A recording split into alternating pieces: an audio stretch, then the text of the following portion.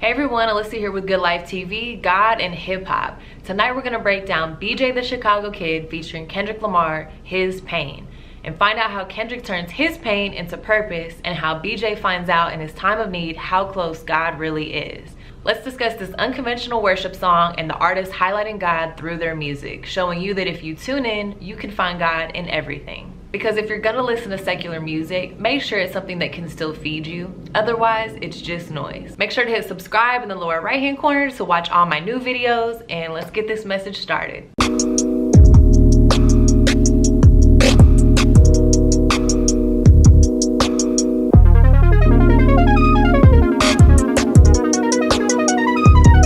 So this song has slowly become one of my new favorite God and hip hop songs. It draws something out of me where I can talk to God and just remind myself how blessed I am. So I really love this song. I probably listen to it once a day and I want to share it with you. So let's jump into what this song is actually talking about for a little bit. So Kendrick, I don't know if he's storytelling or if this is his real life. Don't know, don't care. Either way, it's great material. Great lyricism, of course, real hip hop, real music, and it has a real life lesson to it. What's cool about this, I don't know if Kendrick just had a raspy voice that day or what, but it sounds like he's close to tears on most of his verses. So I really feel like they poured their heart and soul out on this record. So basically the first verse, Kendrick is just explaining, you know, someone in a bad situation. Their circumstances are bad things keep constantly happening, knocking them down. Life is not hitting this person great, okay? And this is just what he's grown around seeing. People just kind of constantly in bad circumstances, right? But Kendrick ends up looking down, finds $100 that day. So he's like, whoa, God, I don't know why you keep blessing me. I'm not worthy, but cool, thanks, there's $100. Cool, second verse basically describes him or whoever is in his story being a sinner, knowing and being aware that what they're doing is bad and wrong, but that's just them right now. That's just what they know. That's all they know. So Kendrick's saying, look, I've done all these bad things. I'm around all these bad circumstances. I go outside one day, there's a car out there waiting to shoot me. They miss me and end up hitting a little boy instead. And he turns and says, God, I still don't know why you keep blessing me. Now, pause for a minute. I know some people out there are gonna be like, how is a child getting shot a blessing? Okay, like that's not a normal blessing. Hold on, stick with me, it'll come full circle. We're looking at the bigger picture here. Kendrick's life is spared. He's still asking God the question, God, I know I'm so unworthy. Why do you keep blessing me, right? So the third verse, it describes a pivotal moment for Kendrick. He finds out that the little boy survived. Little boy didn't die. So he says, you know what? I now know why you've been blessing me, God. I'm gonna take this $100 that I found. I'm gonna give it to this kid to trash my pistol, right? And Kendrick then realizes you've been blessing me, God, and saved my life so I can bless others and try to save lives too. Okay, so that's the big picture, right? Then the chorus changes to, now I know why you keep blessing me, God, so I can bless you. So what I got out of verses 1 through 3 is when we get a glimpse of who God is, a glimpse of his blessings, a glimpse of his power, his grace, his mercy, a glimpse of it, it changes us. Not everyone, but for most of us, it changes us. And it changes us to realize this is what I want. I've been living this crazy life. I've been sinning. I've been around bad people my whole life. But for some reason, God, you've stayed good to me. So I want to get this good stuff. Like, I want to know what you're about. I want more of you, God. And that's when people have these life-changing moments. And then guess what? Then God gives you purpose. Now you have a purpose. Your purpose is to help other people get saved, to bless other people. I'm blessing you so you can be a blessing. So in the song, him giving that kid the $100 to throw his gun away, it could signify many things. It could mean that Kendrick didn't use the gun to hurt anyone else again, and that saved someone's life. It could mean that that kid getting shot, maybe he was gonna have the same street life too that he was used to, but now that he got shot, now that he's getting money from someone to throw the guns away, he's starting to realize this life isn't what I want, this isn't for me. Who knows? That's what I'm saying though. God will create such a weird domino effect, and he'll use you and you won't even know that you're being used. He'll use you to walk across the street one day and it domino effects and save someone's life. Who knew?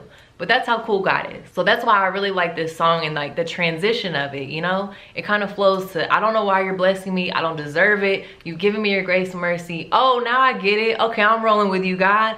I'm gonna bless other people now. Cool, thanks. So I want to get into this like blessed to be a blessing thing, because I know that's a hot topic that we've all kind of grown up and been raised and known and understand, and they've said it in the church so many times, you're blessed to become a blesser, you're saved to become a saver.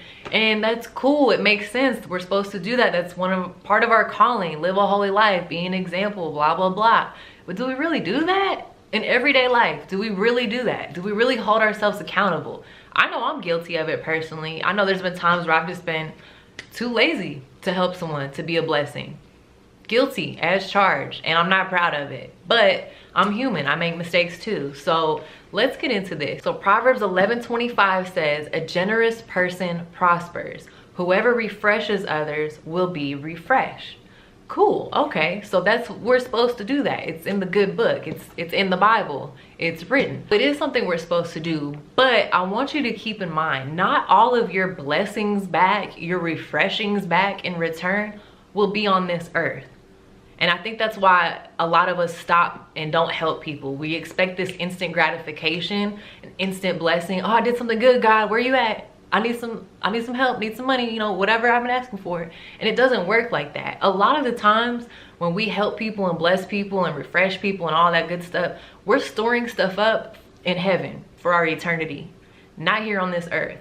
That's why you see that, oh, this good person, they're doing so many good things. Why do bad things keep happening to them? Or why aren't they rich beyond their means? Why don't they just have all these blessings pouring out? They do in heaven, but you're not gonna see that down here. So don't focus so much on, did I get something back in return right now? Because you might not see it right now. Maybe you will, maybe you won't, but don't focus on that. Let me ask you guys this. When you think of being a blessing to other people, do you immediately think of giving away money, clothes, food, monetary things? Have you also considered that being a blessing to other people could just be the use of you?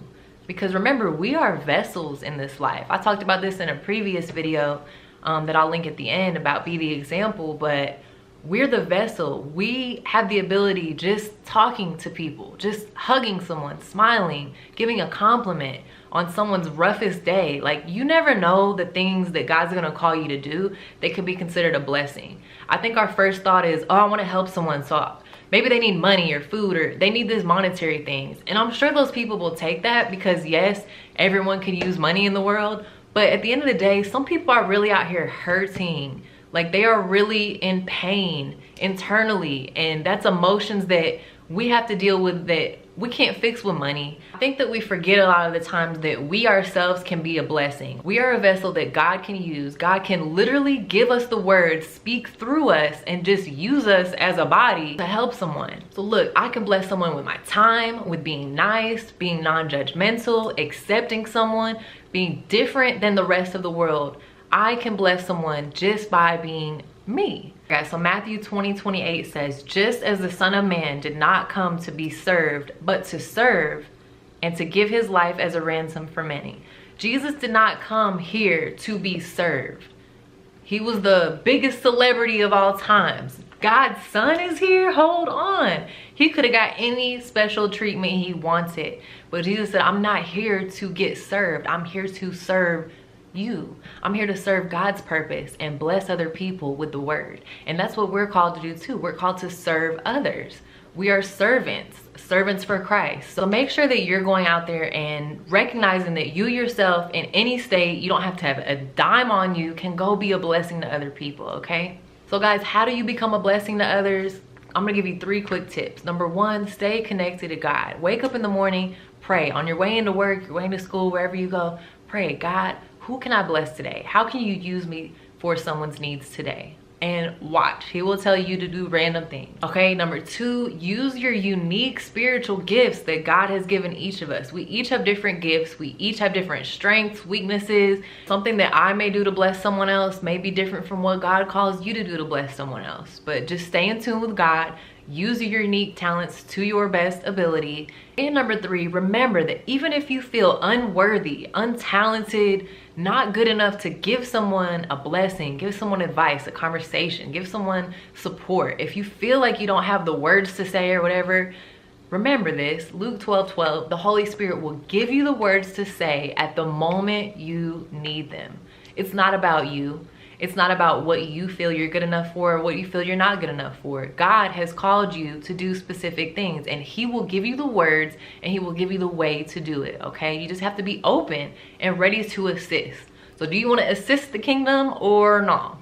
All right, guys, so then the song gets to BJ the Chicago Kids part, and man, this is where it really breaks down for me as kind of like a worship song, because BJ basically gets on and he starts singing a prayer almost. He's like crying and reaching out to God in this song, and it's so beautiful and it's so raw and real, and I think it speaks to what a lot of us are feeling. He literally mentions, God, I've been smoking, I've been drinking, I know it's just all to numb the pain, I feel like it's gonna help me. He said, sometimes I think that it can help me, but this buzz here is temporary, that's why I'm talking to you. And man, I think that that's really raw and honest, because how many of us out there are using something in our lives to just kind of numb the pain and get on to another day, right? We know it's a temporary fix. We know it's a band-aid on a broken bone, basically.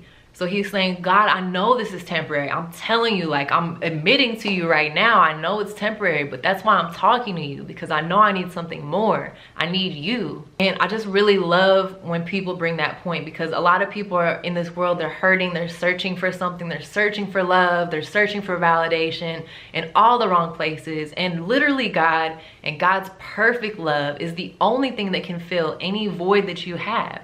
That's it. If you don't know God and you don't know God's love, you literally cannot love yourself correctly. You can't. You will be unfulfilled until you die if you don't have and understand God's perfect love. I know that sounds harsh, but when you don't know God's love, whatever you're doing to try to numb your pain, it's never gonna satisfy you. It's never gonna fix you. It's never gonna heal you. It's not. So that's why I love that he said, I know this is not gonna work, God. That's why I'm talking to you, because I know you will work. I just want to remind you, look, Matthew 18:28 says, come to me, all you who are weary and burdened, and I will give you rest. God will give us rest. Who out there is not weary and burdened in 2019? Come on. Hello. Hi. All of us. Cool. Thank you, God. We can come to you and you'll give us rest. Cool. Romans 5:8 says, but God demonstrates his own love for us in this. While we were still sinners, Christ died for us. Since we have now been justified by his blood, how much more shall we be saved from God's wrath through him? If God saved us and loved us while we were sinners, how much more do you think he will save and love you when you are under his grace? Think about it. All right, guys, so I want to close and leave you guys with a few thoughts. I want you to think of some ways that you can be a spiritual blessing to others, and how you can start praying and incorporating that into your day, finding these opportunities by staying connected to God on how you can help other people. I also want you guys to think about when you're in your time of need, when you're feeling pain in your life, how are you resolving it? Are you just putting a band-aid fix over it, or are you talking to God? I want you to think back on just one of the many times in your life where there was no earthly explanation, only a God explanation of how you made it through that circumstance. I just want you to think back on one thing. Thank God, praise God, and realize he's gonna keep doing that until eternity, which is pretty cool. Thank you. As always, guys, I want you to remember that these songs are the artist's way of sharing a snippet of God with the world through their music. So how are you in your life choosing to show God to other people? All right, guys, the song link is gonna be in the comments of this YouTube video. Check it out, listen to the song. Beautiful song, I love it. Again, make sure you comment in the comments. Let's get some fellowshipping going on. Comment what you thought after you listened to the song. Did you see how it tied in? Did you see something different that I didn't see? Did you interpret it a different way? Let me know, let's talk. And as always, thanks for watching. Make sure you hit subscribe in the bottom right hand corner, like, comment, and share. Thanks, guys.